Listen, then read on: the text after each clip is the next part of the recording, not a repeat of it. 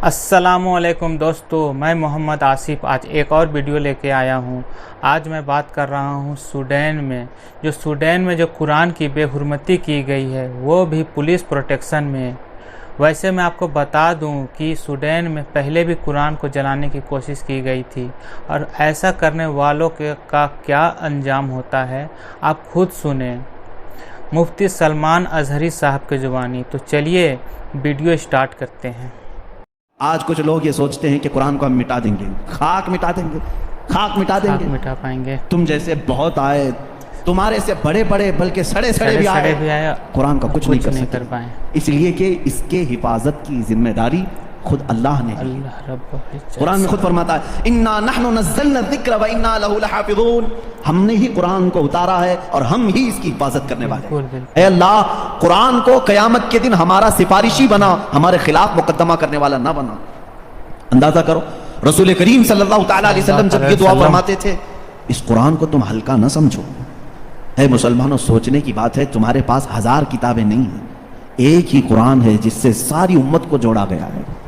और हद तो ये भी है, इस्लाम में इस्लाम के नाम पर 70 से ज्यादा फिरके बने, बहुत फिरके बने। हर सदी में कुछ ना कुछ फिरके जन्म लेते रहे और मरते भी रहे, आज भी हैं।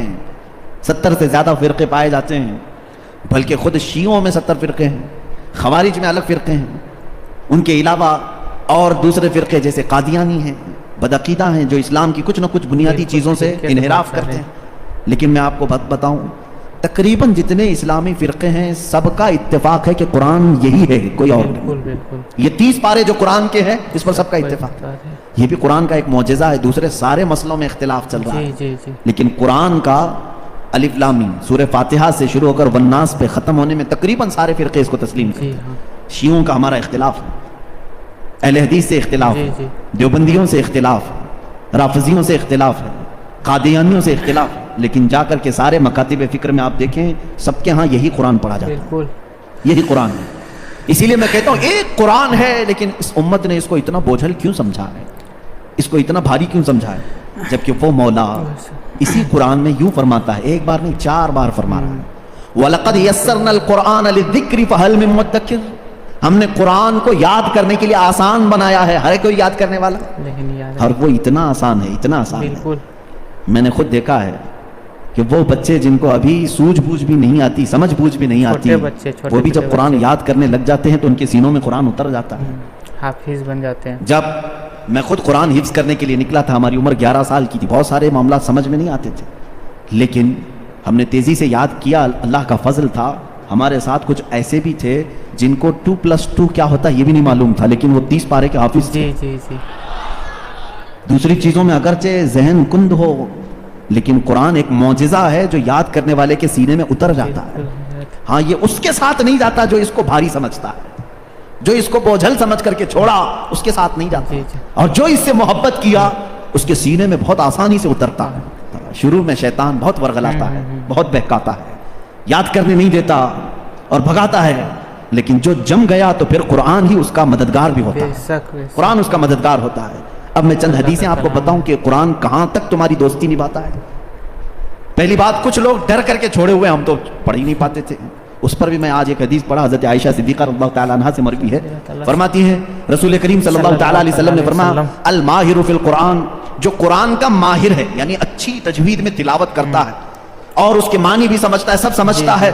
हुजूर अकरम सल्लल्लाहु अलैहि वसल्लम ने फरमाया, क़यामत के दिन वो मुअज़्ज़ज़ मोहतरम फरिश्तों और अंबिया के साथ होगा, जो माहिर है कुरान में, जो कुरान अच्छे से तिलावत करता है।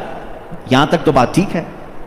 आगे मेरे आका सल्लल्लाहु अलैहि वसल्लम फरमाते हैं, वल्लज़ी यक़रउल कुरान यततअतअ फ़ीही व अलैहि शाक़्क़ुन फलहु अजरानी, औ कमा क़ाल रसूलुल्लाह सल्लल्लाहु अलैहि वसल्लम। मेरे आका फरमाते हैं, और वो बंदा जो अटक अटक के पढ़ता है, उसके लिए जुबान फिसल जाती है, ये साफ है अल्फाज हदीस में, जो अटक अटक के पढ़ता है जुबान फिसल जाती है, या जहन मोटा है, जुबान मोटी है, जल्दी समझ में नहीं आता, इधर उधर हिज्जे करके पढ़ता है, मेरे आका सल्लल्लाहु अलैहि वसल्लम ने फरमाया उसको डबल अजर है, सुभान अल्लाह, सुभान अल्लाह, फलहु अजरानी, उसको दुगना अजर है।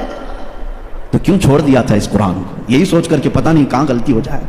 तुम लगे रहते हैं, एक दिन वो आ जाता जब हमारी जुबानों की लकनत को भी ये सही कर देता। कुरान पाक इलाज भी है, शिफा भी है, दवा भी है, रिस्क भी है, रहमत भी है। عزیزان گرامی، میرے آقا صلی اللہ تعالیٰ علیہ وسلم نے فرمایا، احادیث کے چند جملے میں آپ کے سامنے رکھ دوں۔ رسول پاک صلی اللہ تعالیٰ علیہ وسلم فرماتے ہیں کہ جو قرآن گھر میں تلاوت کرتا ہے اس کے لیے ایک فرشتہ ہے جس کا نام سکینہ ہے۔ حضرت اسید بن حضیر رضی اللہ تعالیٰ عنہ ایک صحابی ہیں، وہ رات میں تلاوت کر رہے تھے، اچانک بادل کا ایک ٹکڑا نیچے آ گیا۔ بادل کا ٹکڑا کبھی نیچے آپ نے دیکھا نہیں ہوگا، اس میں کیا ہوتا ہے معلوم ہے؟ جیسے فریج کھولنے کے بعد بہت تیز شبنم جیسی ٹھنڈک رہتی ہے، اس طرح بادلوں کو کچھ جمی ہوئے پانی اور برف جیسی چیزیں گھیری ہوئی رہتی ہے، ایک ٹکڑا ان کے اوپر آ گیا۔ حضرت اسید ڈر گئے، ان کا گھوڑا ہنانے لگا تو تیزی سے اچھل کود کرنے لگا، اور وہ قرآن پڑھ رہے تھے اس وقت، اور انہوں نے قرآن چھوڑ دیا اور صبح حضور اکرم صلی اللہ علیہ وسلم کے دربار میں آئے، کہا یا رسول اللہ صلی اللہ علیہ وسلم مجھے ڈر لگ رہا ہے، رات کو میں چھت پر بیٹھ کر قرآن پڑھ رہا تھا، صرف میری بیوی ہے اور میرے گھر میں گھوڑا ہے، مجھے ڈر یہ لگا کہ آسمان سے کچھ برس جائے گا اور میں ہلاک ہو جاؤں گا۔ بادل کا ٹکڑا یہاں تک آ گیا تھا، سر تک آ گیا تھا، اور میرا گھوڑا بھی دیکھ کر کے ہنانے لگا، اچھل کود کرنے لگا، یہ کیا معاملہ ہے؟ اللہ کے حبیب صلی اللہ تعالیٰ علیہ وسلم نے فرمایا، مسکرایا، کہا اسید تلاوت چھوڑ کیوں دیا؟ اور پڑھتے رہتے ہیں، اس لیے کہ وہ فرشتہ ہے جسے قرآن سننے کا بہت شوق ہے، جب بھی کوئی قرآن تلاوت کرتا ہے تو آسمانوں سے اتر آتا ہے، یہاں تک کہ میرے آقا صلی اللہ علیہ وسلم نے فرمایا فجر کی نماز میں آؤ، اپنے منہ صاف کر کے آؤ، اپنے منہ کی بدبو نکال کر کے آؤ۔ پوچھا کیوں؟ فرماتے ہیں میرے آقا صلی اللہ علیہ وسلم جب تم نمازوں میں قرآن کی تلاوت کرتے ہو کچھ ایسے فرشتے ہیں وہ اپنا منہ تمہارے منہ سے لگا دیتے ہیں، سبحان اللہ، تو منہ کی بدبو نہ ہو، فرشتوں کو تکلیف نہ ہو، اس لیے کہ وہ قرآن سننے کے شوقین ہیں، جب تم تلاوت کرتے ہو تو وہ اتر جاتے ہیں اور تمہارے منہ سے اپنا منہ لگا لیتے ہیں۔ قرآن کی یہ برکت ہے میرے عزیزو، دوسری کتابوں کے لیے کہیں ایسی فضیلت نہیں ملتی۔ یہ تو میں دائرہ اسلام میں موجود میرے آقا صلی اللہ تعالیٰ علیہ وسلم کی بتائی ہوئی حدیثیں آپ کو پہلے بتا رہا ہوں، میں پھر دنیاوی معاملات میں بھی آؤں گا کہ قرآن کہاں کہاں ہماری رہنمائی کرتا ہے۔ پہلے تو ہم اپنے دائرے میں دیکھیں، ہم چھوڑے ہوئے ہیں نا اس کو۔ اقبال نے کہا تھا وہ زمانے میں معزز تھے مسلمان ہو کر، آج تم خار ہوئے ہو تاریک قرآن ہو کر، آج تم خار ہوئے ہو تاریک قرآن ہو کر، قرآن چھوڑ کر کے ہی ذلیل ہوئے ہیں، باقی اور کوئی وجہ نہیں ہے۔ اللہ تبارک و تعالیٰ نے جو مقدس چیز تمہارے لیے اتاری، پچھلی امتوں کو کبھی یہ چیز نہیں ملی، قرآن جیسی برکت کسی امت کو نہیں ملی جو امت مصطفیٰ صلی اللہ علیہ وسلم کو ملی۔ تورات آئی ہے، انجیل آئی ہے، زبور آئی ہے، سب کو معلوم ہے نا، آسمانی کتابیں آئی۔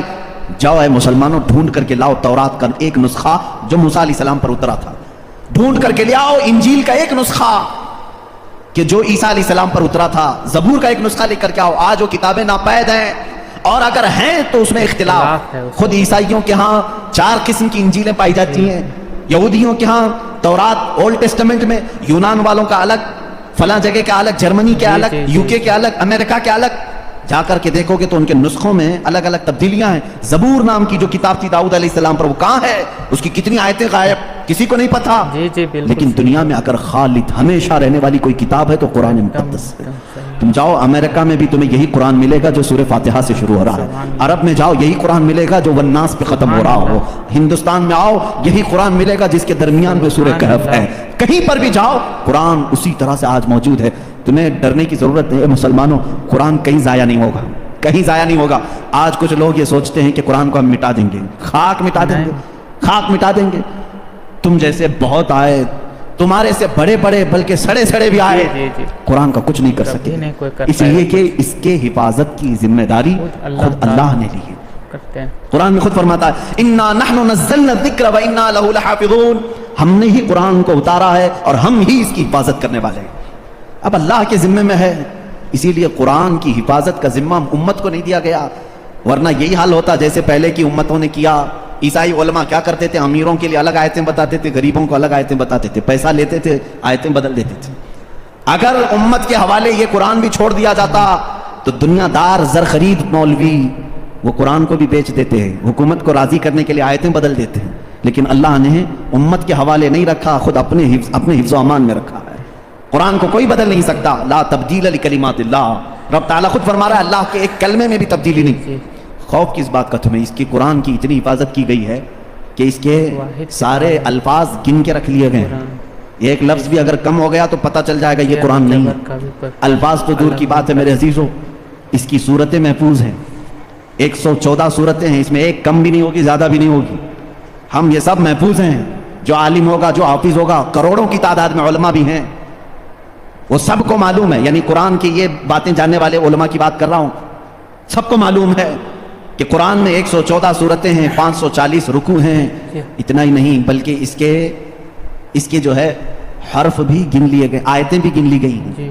6666 آیتیں ہیں، حروف بھی گنے گئے ہیں، زبر بھی گنے گئے ہیں، زیر بھی گنے گئے ہیں، بلکہ اس کے نقطے بھی گن کے رکھے گئے ہیں. کہیں ایک نقطہ بھی کم نہیں کر سکو گے. اس قرآن کی اتنی جو حفاظت ہے. آج میں آپ کو بتاؤں، کبھی کسی نان مسلم کے پاس جاؤ اور اگر وہ تم سے یہ سوال کرے تو مسلمان ہے، اسلام ہی سچا دھرم ہے، کیا تمہارے پاس پروف ہے اس چیز کا؟ تم کیا کہو گے؟ حضور صلی اللہ تعالیٰ علیہ وسلم کے معجزے سناؤ. انکار کرے گا. میرے آقا صلی اللہ تعالیٰ علیہ وسلم نے چاند کے 2 ٹکڑے فرمائے، سورج کو پلٹا دیا، بہت سارے معجزے ہیں. وہ کہے گا میں نہیں مانتا ان چیزوں. وہ اس زمانے میں تھے، میں کہاں دیکھا ہوں. اگر تم اس کے سامنے اسلام کی عظیم فتوحات کو دکھاؤ گے، وہ کہے گا میں نہیں مانتا، یہ سب کہانیاں ہوں گی، ہمارے بھی بھگوانوں کے ذکر اس طرح سے کیے گئے ہیں، اسی طرح کی باتیں ہمارے پاس بھی موجود ہیں. ہر کوئی کہے گا. تمہارے پاس اگر اپنے حق ہونے کی کوئی علامت آج بھی موجود ہے تو صرف قرآن پاک ہے. اسے کہو میرے سچے مذہب پر اور اچھے مذہب پر قائم ہونے کی سب سے بڑی دلیل، سب سے بڑا پروف قرآن. لا کر کے دکھاؤ اس طرح کی کوئی دوسری کتاب کسی کے پاس ہو. کم سے کم 1400 سال سے جو محفوظ چلی آ رہی ہے دنیا میں، کسی لیبارٹری میں بھی، کسی لائبریری میں بھی اتنی پرانی کوئی کتاب آج محفوظ موجود ہے ہی نہیں. یہ میری بات نہیں، ساری دنیا کا جو دوسرے ریلیجن سے تعلق رکھتے ہیں ان کا بھی یہی قول ہے کہ قرآن سے زیادہ محفوظ اس دنیا میں اب کوئی چیز نہیں رہ گئی. اس کی حفاظت کو اللہ نے اس طرح سے ترتیب دے کر فرمایا ہے کہ مسلمان اپنے بچوں کو حافظ قرآن بناتے ہیں اور اس کی حفاظت میں لگے ہوئے ہیں. اللہ تعالیٰ نے سینوں کو چنا ہوا ہے اس قرآن کی حفاظت کے لیے. خیر میرے عزیزوں، احادیث کریمہ میں یہ ہے، حضور اکرم صلی اللہ تعالیٰ علیہ وسلم فرماتے ہیں قیامت کے دن ایک بندہ آئے گا جو قرآن تلاوت کرتا تھا، اس کے حساب کی باری آئے گی تو رب تعالیٰ اس سے فرمائے گا اقرأ القرآن ورتقی ورتل.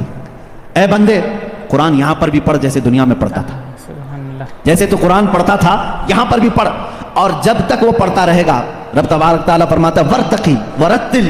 ایک آیت پڑھ ایک درجہ اوپر، دوسری آیت پڑھ دوسرا درجہ اوپر، تیسری آیت پڑھ تیسرا درجہ اوپر.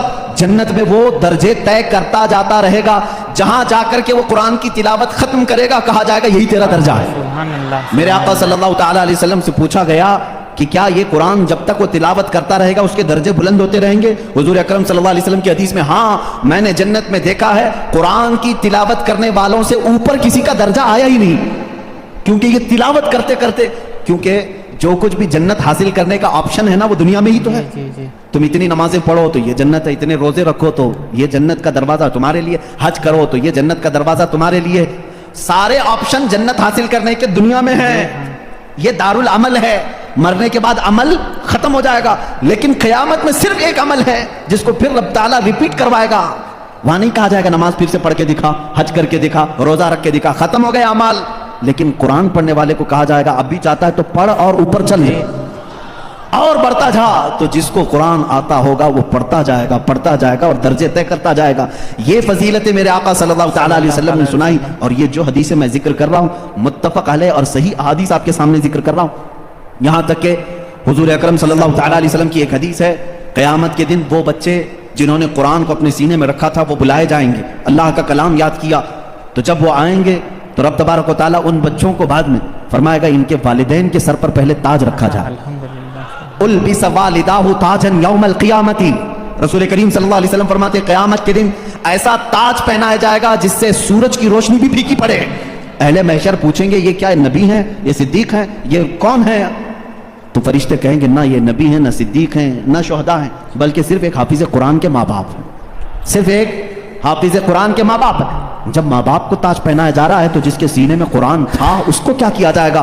رب تعالیٰ اس کے لیے فرماتا ہے، میرے آقا صلی اللہ علیہ وسلم نے فرمایا اس حافظ قرآن کو بلایا جائے گا اور اس سے کہا جائے گا ایسے 10 لوگ تیرے خاندان کے جن پر دوزخ میں جانا واجب ہو گیا، ان کا ہاتھ پکڑ، صرف اس کی برکت سے میں ان کی جہنم کی سزا کو معاف کر کے تیرے ساتھ جنت عطا کروں گا. سبحان اللہ.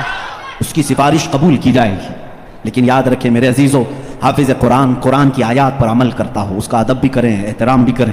آج زمانے میں حفاظ قرآن کے ساتھ بہت ہی برے سلوک دیکھنے کو ملتے ہیں. یاد رکھنا قیامت کے دن وہ اس عذاب میں مبتلا ہوں گے جو قرآن کی بے حرمتی کرنے والے کا عذاب ہوگا، کیونکہ وہ حافظ قرآن کی بے ادبی کرتے ہیں.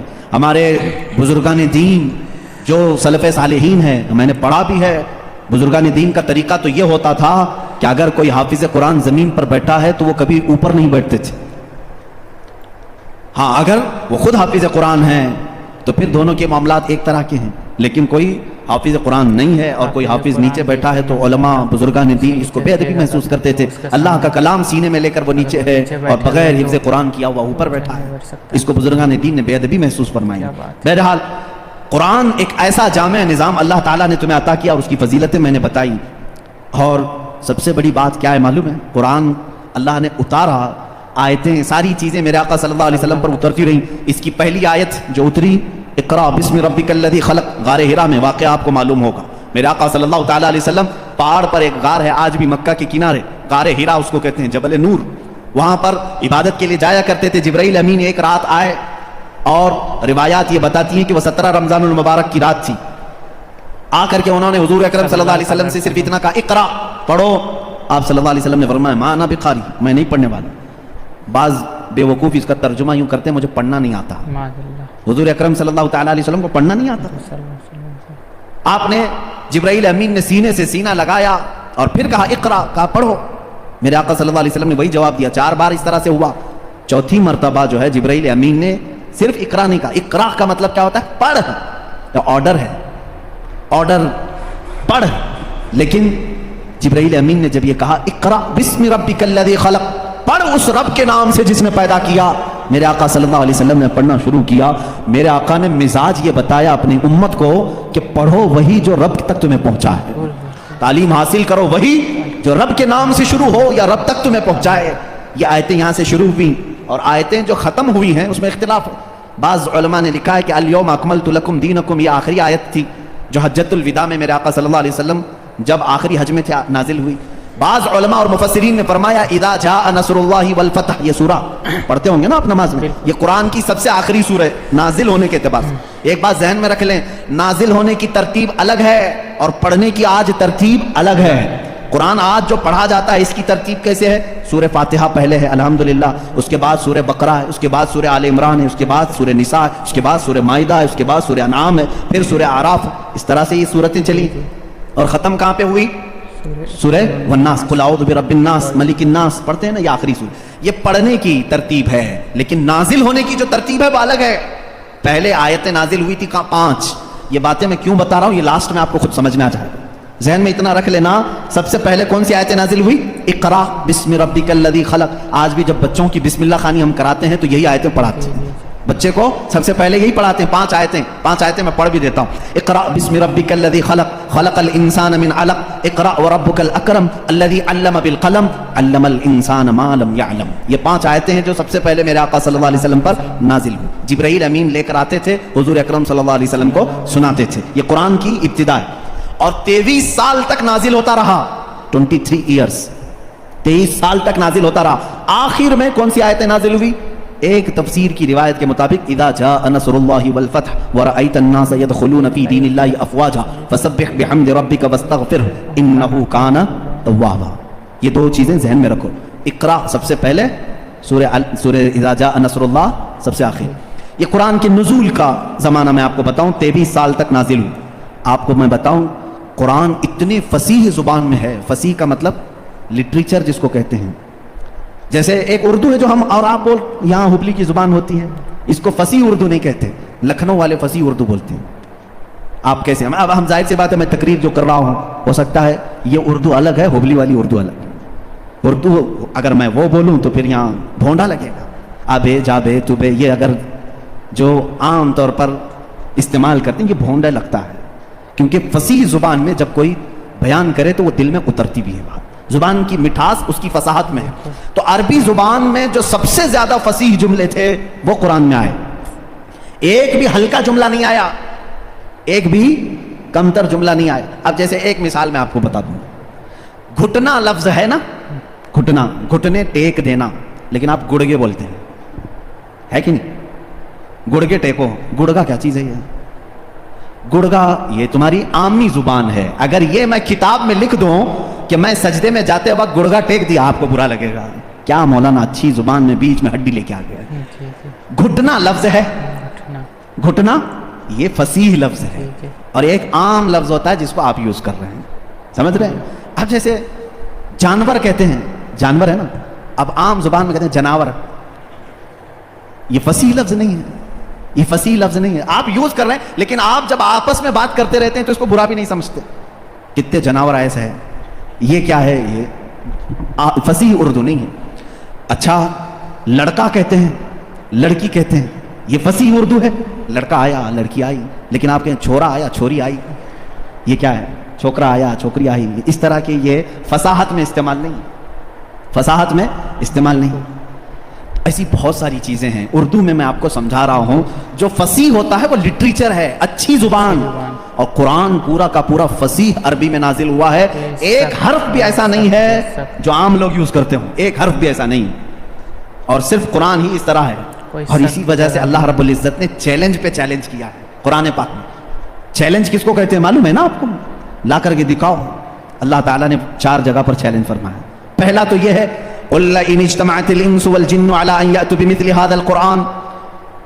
अल्लाह ताला फरमाता है, ए महबूब आप फरमाते हैं सारे इंसान जमा हो जाएं, सारे जिन्नात जमा हो जाएं, दुनिया में जितने इंसान हैं सब जमा हो जाएं, जितने जिन्नात हैं सब जमा हो जाएं, सब जमा हो जाएं। और अल्लाह फरमाता है कि वलो काना बअदुहुम लिबअदिन ज़हीरा, आपस में एक दूसरे की मदद भी करें। किस बारे में जमा होकर के क्या करें? अला अन यातु बिमिस्लि हादल कुरान, इस कुरान की तरह एक और किताब ला करके दिखाएं। सुभान अल्लाह, कितना बेहतरीन तकरीर है। उम्मीद करता हूँ कि आप लोगों को वीडियो अच्छी लगी। वीडियो अच्छी लगेगी तो मेरे चैनल को सब्सक्राइब करें।